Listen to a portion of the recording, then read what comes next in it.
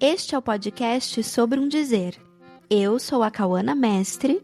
E eu sou Licene Garcia. Somos psicanalistas e aqui conversamos sobre filmes, séries, literatura, coisas da vida. E claro, sempre com a psicanálise.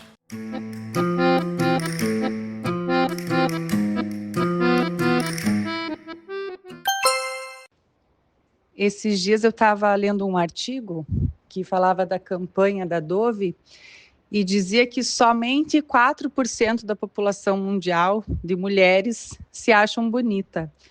E realmente esse número me impressionou. E aí eu queria saber, com os olhos de vocês, aí, o que vocês podem dizer sobre isso, como que daria para explicar isso de 96% das mulheres do mundo não se acharem bonitas. Obrigada, meninas.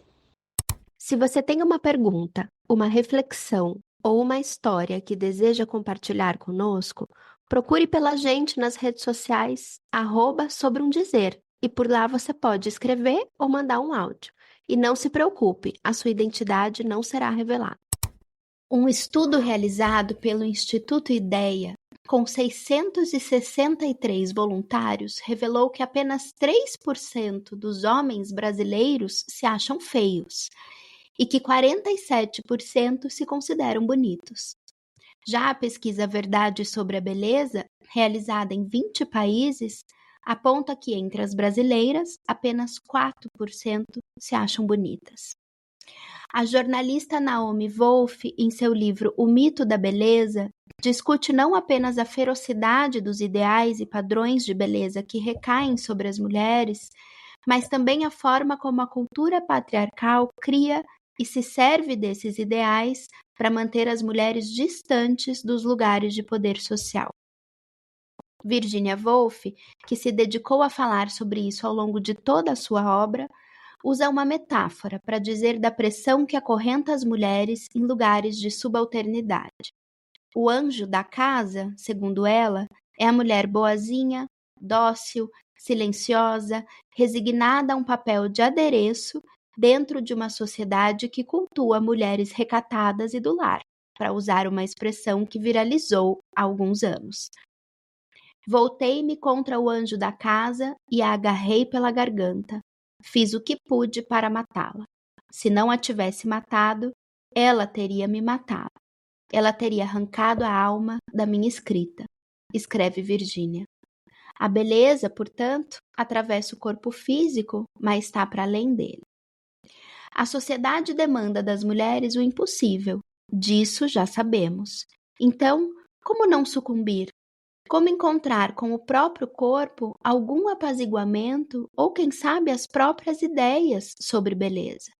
Como não escravizar-se diante de uma série interminável de ofertas de procedimentos, medicações e processos que prometem retardar o envelhecimento?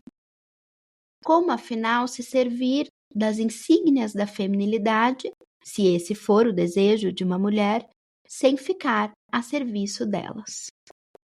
Essa ouvinte nos mandou o áudio com a questão, que cai muito bem nesse período, porque, claro, além de ser um tema sempre atual, há muitos anos é um tema atual, né? Eu já falo um pouco mais disso, me parece que nessas últimas semanas é ainda mais importante. E ela manda junto essa campanha da Dove que ela assistiu e que foi o gatilho, digamos assim, para que ela pensasse nessa questão. Inclusive, a gente vai deixar na descrição do episódio o link para quem quiser assistir. É uma campanha muito bonita e eu acho que vale muito a pena. Mas como eu estava dizendo, eu acho que esse é um momento assim crucial para essa pergunta, porque acabou de ser lançado um filme, né, aqui no Brasil, que está nos cinemas agora, que se chama A Substância. É um filme estrelado pela Demi Moore, que é um filme que trata justamente desse padrão de beleza que busca uma perfeição inalcançável e o quanto isso é absolutamente destrutivo. Então, a premissa do filme é uma atriz dançarina que chegou aos 50 anos e ela é descartada. Porque uma mulher de 50 anos, numa sociedade que idolatra a juventude, uma mulher substituível. Ela não tem mais nada a oferecer em termos de beleza, de vitalidade, de juventude, de fertilidade, inclusive, porque eu acho que isso também importa.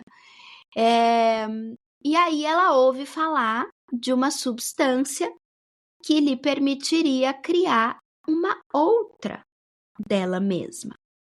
E aí essa outra vem muito nesse lugar da melhor versão de si mesma, que é uma frase que aparece muito no filme, seja a melhor versão de si mesma. Então, e é um filme que apela, é um filme apelativo, é um filme didático, é um filme explícito, um filme de terror, e apela para a violência mesmo, né? Então, acho que mostrando como tudo isso é violento e destrutivo. Então, acho que é uma pergunta muito interessante. Talvez a gente possa falar um pouquinho sobre a possibilidade de se servir de algumas dessas coisas que a sociedade oferta, se for do desejo, quando é do desejo de uma mulher, mas sem ficar refém disso, né? E aí correr o risco de perder toda a singularidade. Acho que esse tema tem várias camadas. Eu acho que a primeira camada, e é isso que fica, por exemplo, muito evidente no vídeo, quem se interessar em ver, né, da campanha da Dove, é essa distância que se instala entre, né, como eu me vejo e como o outro me vê. Porque no vídeo tem então um retratista que está ali, né, ele não vê a mulher que está ali sentada e ela precisa se descrever como ela se vê para ele, para que ele retrate, então, a partir do que ela diz, uma imagem. E aí chega uma outra pessoa estranha que descreve para esse mesmo retratista essa pessoa, né? Quem ela viu. E aí é colocado os dois retratos para que essa pessoa veja, né? Veja o retrato que ela faz de si mesma e o retrato que o outro faz dela. E aí é completamente diferente. São duas imagens, né? Dois retratos completamente distintos. Então, acho que a primeira coisa aí que se coloca, né, e que toca justamente nesse ponto do filme, é essa distância de como eu me vejo, como eu me reconheço no espelho e como o outro me vê, né, e de que lugar que o outro me toma. Essa acho que talvez seja o principal ponto de estranhamento aí, e um primeiro ponto que a gente possa conversar, porque diante disso que fica muito evidente no retrato daquela que se autorretrata, né, se descreve, é a presença dos defeitos. Se descreve justamente a partir de coisas que ela considera um defeito e que são invisíveis aos olhos dos outros. Então, a partir daí, a gente pode discutir justamente esse imperativo da beleza que está a serviço de quem que está a serviço disso e a partir de qual imagem que é. De como eu me vejo, de como o outro me vê, que é evidente, assim, se a gente for pensar, por exemplo, no uso de procedimentos, o quanto é possível ver que mulheres belíssimas se preenchem e se fazem uma imensa, né, gama de procedimentos que acaba se perdendo justamente a identidade de quem elas são e que, assim, nunca tá o bastante, nunca é o suficiente. Então, eu me lembrei agora, falando isso para você, meu pai era cabeleireiro, né? Então, essa coisa da estética, da beleza, sempre teve muito às voltas na minha família, né? E meu pai dizia uma coisa que eu sempre achava muita graça. Mulher loira, quando começa a ficar loira, ela nunca acha que ela tá loira o bastante. E ela vai clareando mais, e cada vez que ela volta no salão, ela acha que ela tá morena, e aí mais, até o momento em que ela derruba todo o cabelo, porque já não tem mais o que fazer para clarear, e ela ainda acha que não tá loiro o bastante. Então, eu acho que é nesse sentido que o filme, né? Eu não assisti, mas pelo menos o retrato que você traz é justamente disso que não é o bastante. Nunca vai ser o bastante diante dos imperativos que a gente se coloca dessa imagem ideal que na realidade não existe. Acho que você fala mesmo dessa voracidade do gozo, né? E que é a grande oferta neoliberal. Mais, tenha mais, faça mais, seja mais. E de tempos em tempos, a indústria cosmética, estética, mesmo dentro da medicina, ela é muito feroz. Porque enquanto a gente está aqui conversando, tem milhares de cientistas pesquisando fórmulas de rejuvenescimento. Inclusive, lendo sobre o filme A Substância, eu fiquei sabendo de que existe um mito, que, né, a princípio é um mito, de que a indústria tem uma substância, que eu não vou falar o nome aqui, que ela tem um potencial rejuvenescedor, assim, absolutamente impactante, que ainda não está no mercado, mas que, sei lá, sabe Deus quando isso vai aparecer, né? Então eu acho que realmente, como você fala, tem muitas camadas. E a respeito dessa imagem, eu fico pensando, por exemplo, quando a gente recebe um bebê no mundo, ele primeiro vai se dar conta da própria imagem a partir do que a gente diz para ele. Então, o olhar do outro, ele é o primeiro espelho, né? Os olhos do outro que recebe esse sujeitinho no mundo, ele vem como um primeiro espelho. E por muito tempo, me parece, eu lembro na minha infância mesmo, assim, de ter contato com essa coisa do que é feio e o que é bonito, quem tá dentro ou quem tá fora de um padrão de beleza, entrando na adolescência. Até assim, entrando numa adolescência, digamos, aí vamos pensar 15 anos, assim, né? E disso aparecer num campo muito menor do que hoje, porque a comparação era entre as minhas amigas e eu. Eu me comparava com as minhas amigas. Eu me comparava, lógico, tinha uma comparação ou outra com atrizes do cinema, alguma coisa assim, mas era um mundo tão distante, né, que a gente acessava com tão menos consistência do que hoje, frequência inclusive, que era assim, era uma comparação num campo um pouco menor, então parece que era mais fácil a gente dar conta disso, mesmo que fosse em muitos momentos sofrido. Então eu me lembro, né, esse vídeo, quando a gente assistiu, eu lembrei assim imediatamente de uma cena que eu nunca mais tinha recordado. Eu devia ter 13, 14 anos mais ou menos, e a gente estava numa roda de amigas, e aí a gente estava nomeando o que na outra a gente achava mais bonito. E aí eu sempre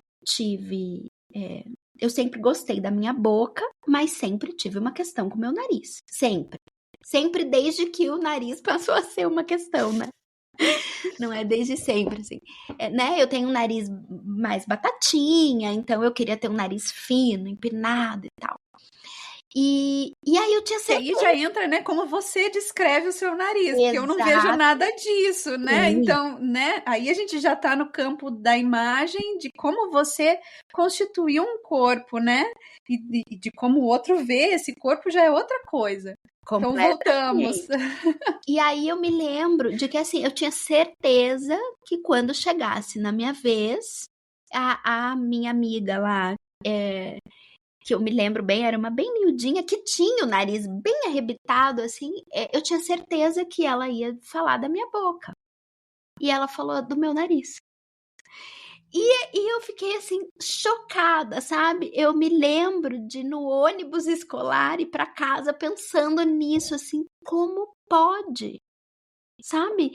Esse traço que eu odeio em mim é o que essa pessoa vê de mais charmoso.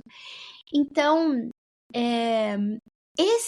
essa coisa, né? Esse lugar da alteridade, esse lugar da diferença, da gente acessar no campo do outro um outro olhar sobre a gente, me parece que ele está muito comprometido, né, com o advento das redes sociais, porque esse campo da comparação, ele, ao mesmo tempo em que ele se amplia, porque se você abre o Instagram, tem influencer de beleza por metro quadrado, sei lá quantas, e para as adolescentes, né, que estão entrando nesse mundo hoje muito antes Sim, do que a tem gente vídeo de menininhas de 6, 7 anos fazendo skincare. Exatamente, né? Inclusive, isso tá uma onda aí e tá sendo muito discutido. Então, ao mesmo tempo em que ele se amplia, porque a gente tem uma oferta de cartilha, né, e imagem de ideal de beleza, ele se comprime, porque o tipo de beleza quase que é um só. Se não é um só, ele é muito, muito, muito reduzido, né? Que é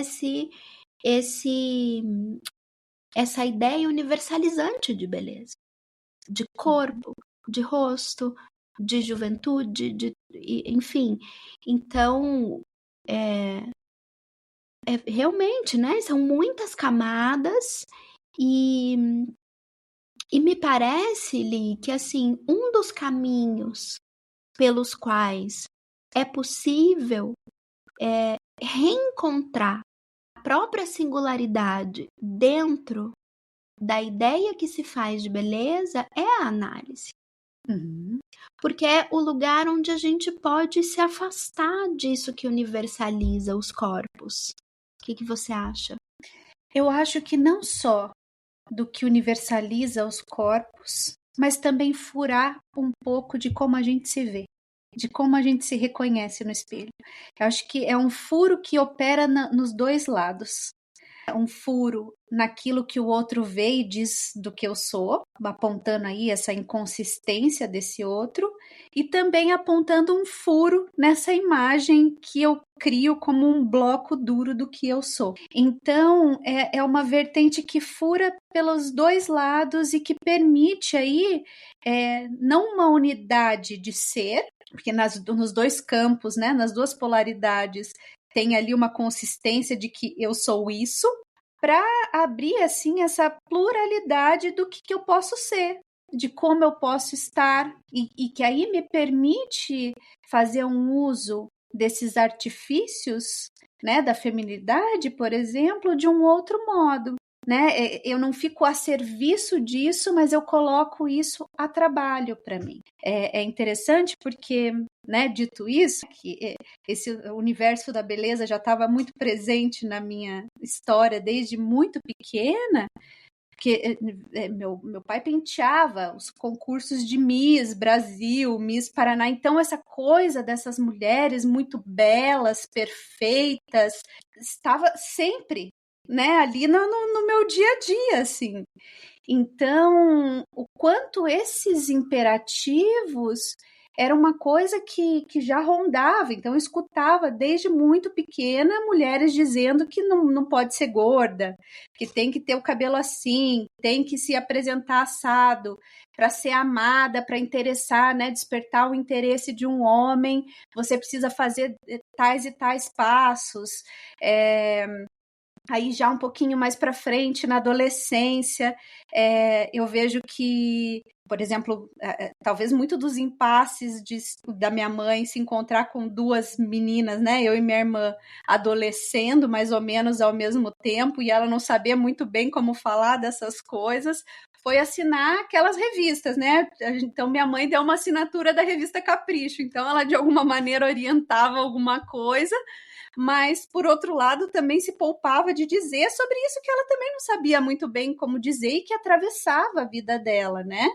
Minha mãe quase, né, morreu quando eu era muito nova por conta de uma lipoaspiração que deu errado. Então, veja o quanto esses imperativos recaíram sobre mim com essa vertente muito mortífera.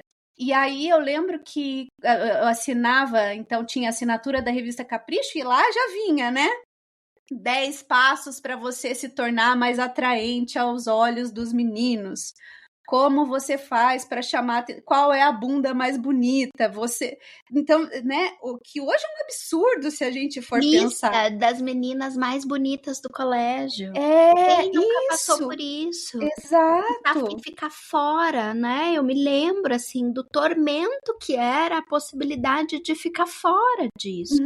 Mesmo, assim, para mim, num período da escola em que isso era muito comum, a minha maior preocupação não era essa. A minha maior preocupação era ser bem relacionada, né? E eu acho que a minha energia eu jogava mais para os meninos, assim, sabe? Para essa coisa da paquera e tudo, do que para isso que era muito mais no campo das meninas. Isso. Né? Mas ainda assim era um tormento a possibilidade de ficar fora da lista. Era uma coisa assim, muito sofrida. Tinha a lista da mais bonita, a mais feia, né? A mais desejável, a menos desejável, a mais magra, né? A menos magra, né? A que tem mais peito, a que tem menos peito. Então, sempre o corpo das mulheres, né? Eu acho que a gente é fruto de uma criação dos anos 80, anos 90, né? Eu acho que muito disso com as meninas de hoje tem sido possível de se rever, que o nosso corpo ficava muito sujeito a justamente isso, e ainda fica, né, o corpo de uma mulher, não à toa, né, 4% das mulheres se acham bonitas, enquanto os homens, eles aprendem a serem maravilhosos e tudo, né, eu acho... A autoestima de um homem é um negócio inabalável, eu fico impressionada, mas eles aprendem a se amarem, a serem lindos, eles ficam presos, na verdade, a ser essa imagem especular, né, idealizada também. Mas o quanto a gente é confrontada com isso, mas ao mesmo tempo não tem nada que dê, de alguma maneira, um suporte, um alicerce para que a gente possa ir se encontrando e se reconhecendo a beleza que a gente tem nesses traços que são nossos. Porque se a gente vai pensar num rosto, por exemplo, né, tem sempre um ponto forte. E esses procedimentos, por exemplo, eles universalizam e deixam você com todos os pontos fortes. O olhar marcado, o nariz empinado, a boca volumosa, a bochecha bem marcada. Ou seja, você vira o combão daquilo que num rosto, né, comum tem um traço marcante. Né? A boca, ou o nariz, ou o olhar, né? Ou a testa, ou a bochecha, sei lá, né? Cada rosto é um rosto. Então, o quanto se busca justamente essa universalização da imagem que mais desorienta as mulheres do que propriamente indicam o que fazer com o corpo que se tem. E aí eu fiquei pensando, quando você brinca com a autoestima do homem hétero, principalmente do homem hétero, né? Porque eu acho que o homem hétero, né, do modo que a gente tá falando aqui, que associa a masculinidade à força viril, né, a esse masculino duro, então ele acessa muito muito menos e muito discretamente o campo da feminilidade, né? Diferente de muitos homens homossexuais que vão acessando isso, até porque geralmente tem muitas amigas mulheres, né? E conseguem brincar com isso e saber fazer com isso. E aí eu fico pensando se para além de toda a questão, né, do patriarcal, claro, não é para além porque isso atravessa também, né? Mas se dentro disso, quase como uma subcategoria, se não existe uma coisa que dificulta o olhar assim generoso das meninas sobre si mesmas, que reside na relação com a mãe, já de entrada. Sim, sim. Né? Que é uma outra mulher que muitas vezes já está submetida a esse padrão de beleza, que foi submetida a isso muitas vezes pela própria mãe, por sua vez, que também esteve submetida. Então, tem uma coisa transgeracional de quase um ensinar, que na mesma medida que tenta ensinar o que é a feminilidade, o que é a beleza, então como conquistar o amor e o mundo com isso, acaba por não ensinar nada, né? Que é isso que você está dizendo, que desorienta, porque tira de cena a singularidade da menina. Sim. Então, assim, ao mesmo tempo em que oferece, recusa o primordial, que é um olhar singular sobre o próprio corpo, sobre os próprios traços, que me parece que isso que é insubstituível, quer dizer, é isso, né? O que é insubstituível em mim. É muito bonito isso que você diz, porque é isso, né? O que uma mãe pode ensinar é como ela encontrou para se servir, né? E se aprisionou também nesses imperativos sociais e nesses semblantes da feminilidade. Mas que essa pergunta, muitas vezes, para uma filha, em direção à mãe, recai, né, nessa busca, que é uma busca que não garante uma substância do que é ser mulher, que é isso que uma mãe não pode ensinar uma filha, que essa é a diferença radical, né, não só para as mulheres, mas, né, essa pergunta sobre o feminino recai para todo ser de linguagem, e que em muitos casos a gente vê que uma mãe também demanda de uma filha justamente essa versão que ela não pôde ser. Sim. Que exige de uma filha esse ideal que ela não pôde cumprir com a mãe. E aí é uma coisa transgeracional, porque vira um nó, né, entre mulheres que é muito difícil de desatar, mas que é importantíssimo, que, por exemplo, numa análise é possível de construir um saber que seja singular sobre como vai fazer com a própria feminilidade, mas sobretudo com o feminino, que é essa alteridade que atravessa a nossa relação com o próprio corpo. Eu sorrindo, né, escutando você, porque eu tô lembrando aqui de várias cenas minhas com a minha filha, né, tem hoje 7 anos. E como ela passeia por isso, porque eu, por exemplo, eu gosto muito de me maquiar, sempre gostei, então ela fica ali por perto, ela quer ver como eu faço, e aí às vezes ela vai passar o blush e ela passa muito e fica forte, ela diz, poxa, eu não sei. Então, mas ao mesmo tempo tem uma coisa muito curiosa que é assim, ela coloca 2 vestidinhos na cama. Mamãe, eu vou com o rosa ou o verde, né? E aí eu digo, acho que esse verde tá mais legal, porque ela pede minha opinião e eu dou, né? Acho que esse verde tá mais legal pra festa de hoje, por exemplo. Então eu vou com o rosa. E aí, assim, eu acho muita graça, porque eu vejo que desde cedo, eu e ela podemos consentir com essa recusa.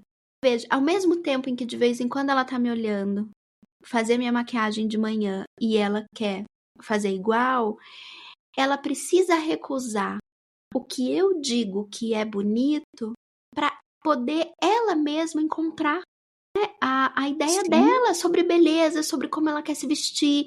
Então, assim, essa coisa com roupa aqui em casa às vezes um acontecimento, porque sabe, ela quer fazer ao contrário do que a gente tá tentando dizer para ela. E eu vejo que muitas vezes isso é muito importante para ela, né?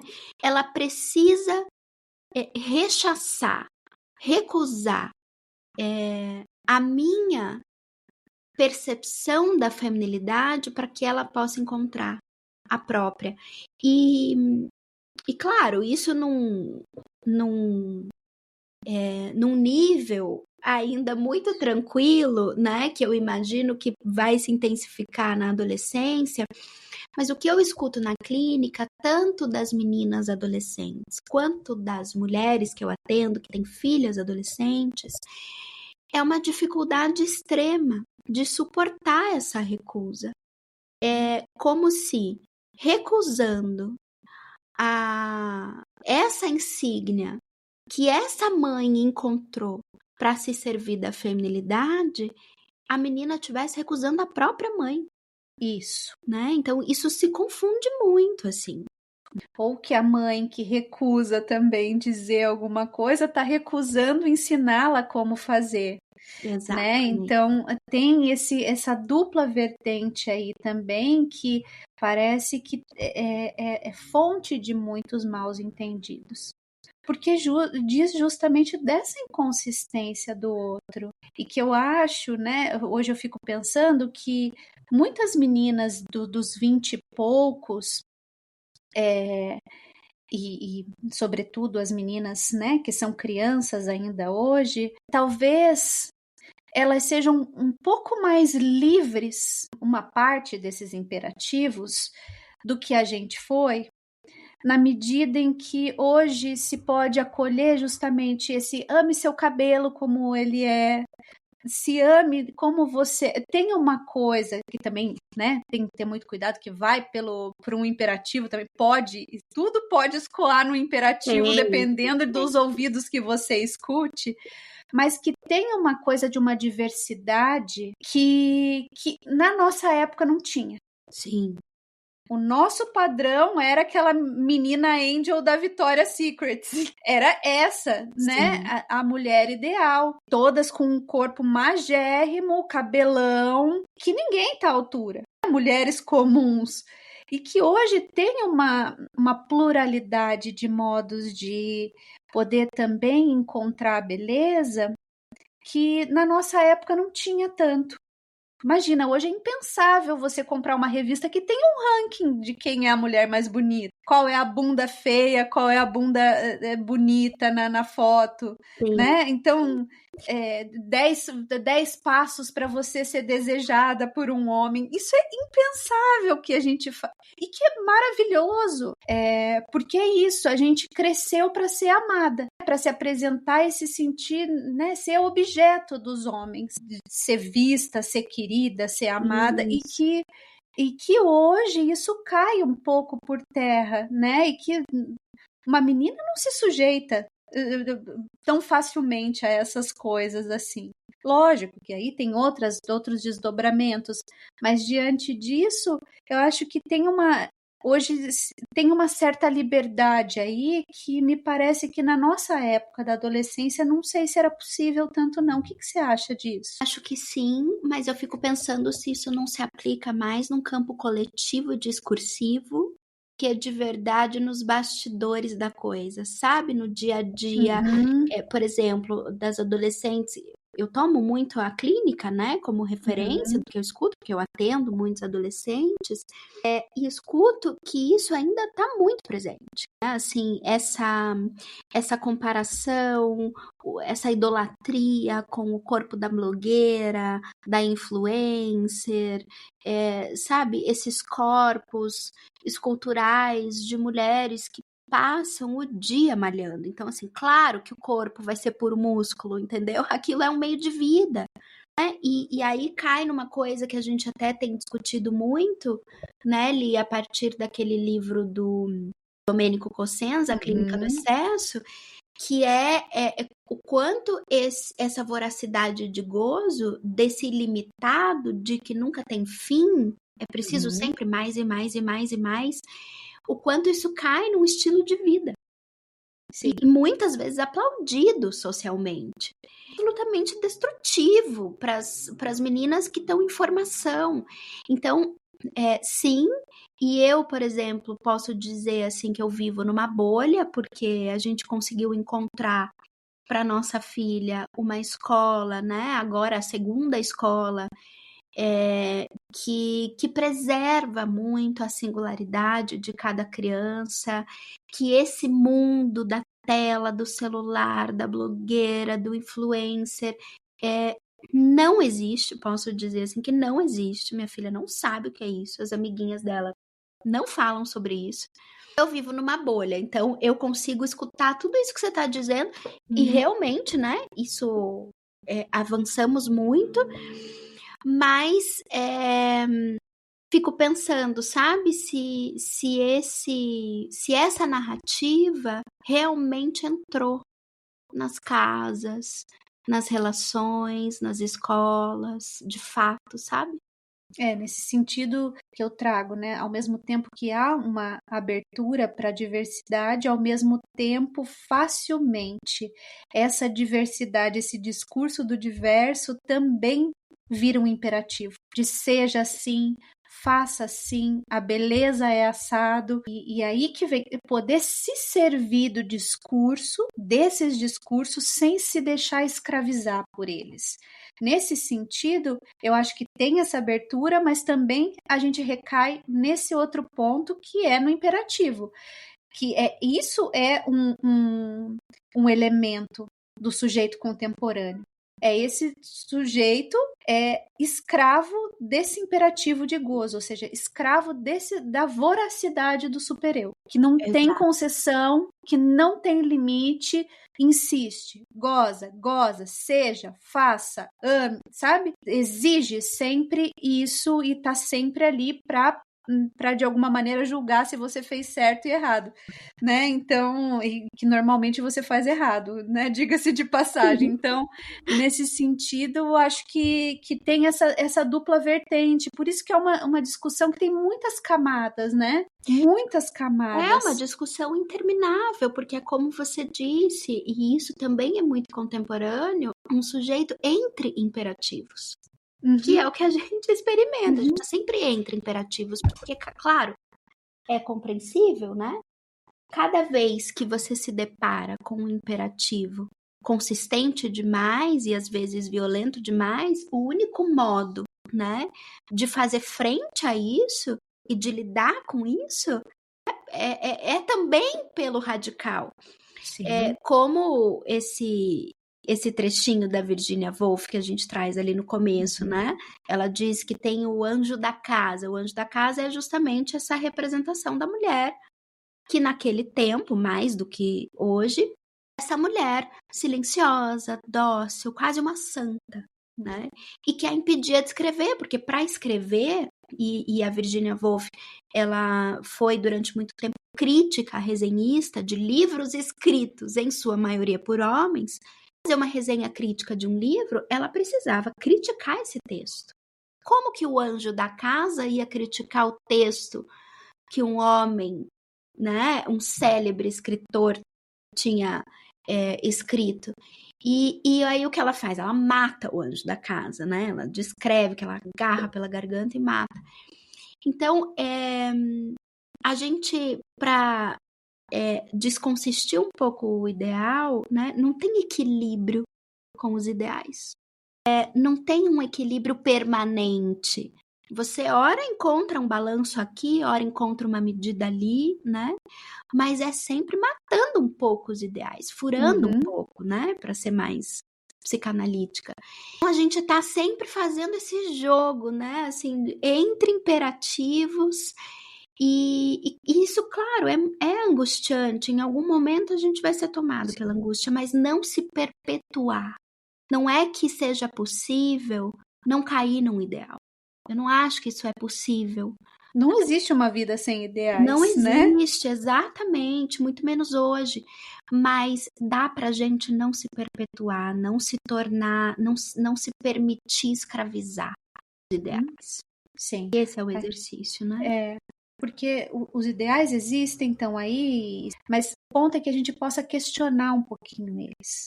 Que sejam ideais um pouco mais furados, digamos assim, na medida em que a gente pode apontar aí para a inconsistência também, que eles vêm muito mais em resposta a uma inconsistência do que propriamente como uma verdade garantida. Então aí a gente pode brincar um pouquinho e se servir um pouco mais dos atributos, por exemplo, da feminilidade, sem grudar neles e buscar neles uma garantia de quem eu sou. Então a gente pode fazer uso, brincar, rir de algumas coisas sem se deixar justamente escravizar por isso.